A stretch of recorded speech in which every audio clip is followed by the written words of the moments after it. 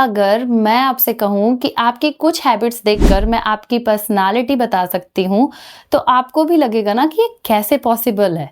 क्योंकि जब पहली बार मैंने ये बात सुनी थी तो मुझे भी ये शॉकिंग लगा था, ऐसे कोई कैसे किसी को थोड़े टाइम मिलके ही जज कर सकता है।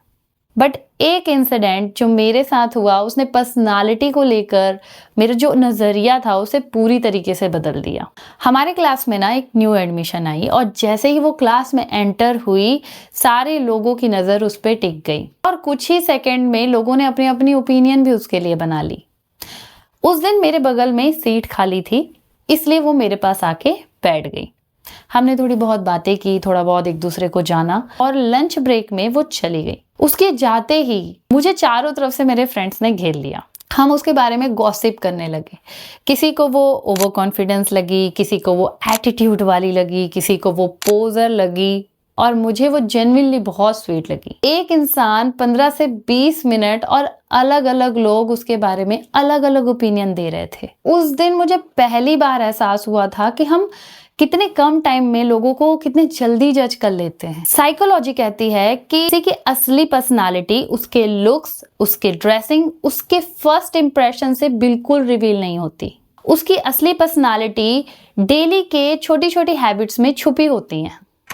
साइकोलॉजी के हिसाब से ये 7 हैबिट एक स्ट्रॉन्ग और इमोशनली मैच्योर पर्सनालिटी के पिलर्स हैं। ये हैबिट्स बाय बर्थ नहीं आते, ये धीरे धीरे डेवलप किए जाते हैं।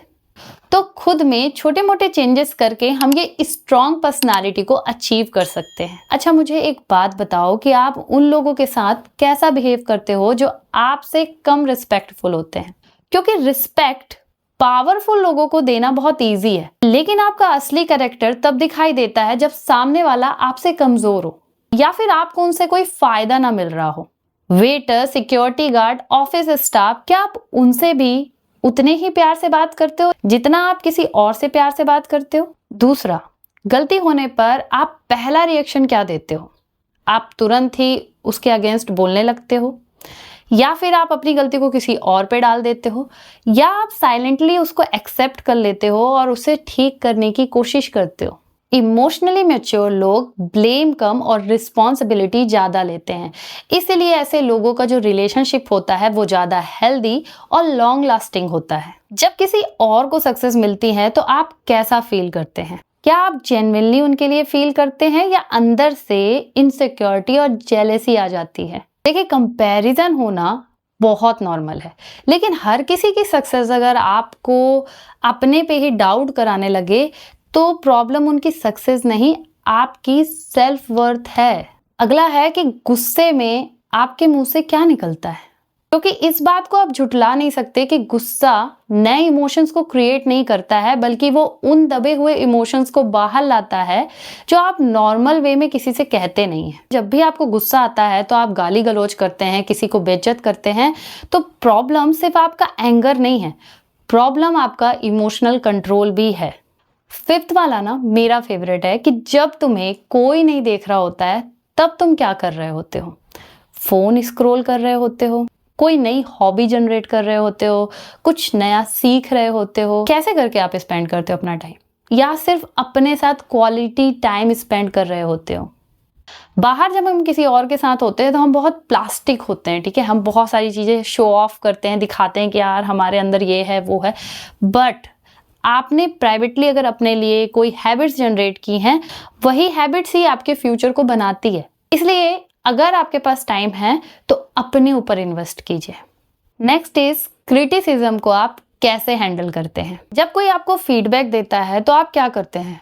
तुरंत डिफेंसिव हो जाते हैं या फिर पहले उसकी बात शांति से सुनते हैं? क्योंकि स्ट्रॉन्ग पर्सनालिटी का मतलब परफेक्ट होना नहीं है। स्ट्रॉन्ग पर्सनालिटी का मतलब होता है कि हर दिन अपने आप को थोड़ा और अच्छा बनाने की विलिंगनेस रखना। और सबसे इंपॉर्टेंट हैबिट, वो प्रॉमिस जो आप दुनिया से नहीं बल्कि खुद से करते हो। कल जिम जाऊंगा, कल पक्का सुबह जल्दी उठूंगा, या फिर अगले हफ्ते से खुद पे काम करना है, कोई डिस्ट्रैक्शन नहीं चाहिए मुझे। और फिर हर बार उसे आप पोस्टपोन करते रहते हो। टूटा हुआ प्रॉमिस धीरे धीरे आपका सेल्फ ट्रस्ट तोड़ देता है। ये सेल्फ ट्रस्ट टूटता है तो आप खुद पे कम कॉन्फिडेंट होते हो, क्योंकि आपको पता होता है कि शायद आप इसे फुलफिल ना कर पाओ।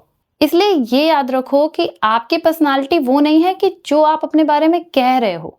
आपकी पर्सनालिटी वो है जो आपकी पर्सनालिटी रिफ्लेक्ट हो रही है, जो दिख रही है। कौन पंक्चुअल है, कौन अपनी एक्सरसाइज मिस नहीं करता है, किसे बुक रीडिंग की हैबिट है, ये रिफ्लेक्ट होता है। तो आप कमेंट में मुझे ये बात बताओगे कि इनमें से कौन सी हैबिट है जो आप पहले से ही फॉलो कर रहे थे और कौन सी है जो आप फॉलो करोगे।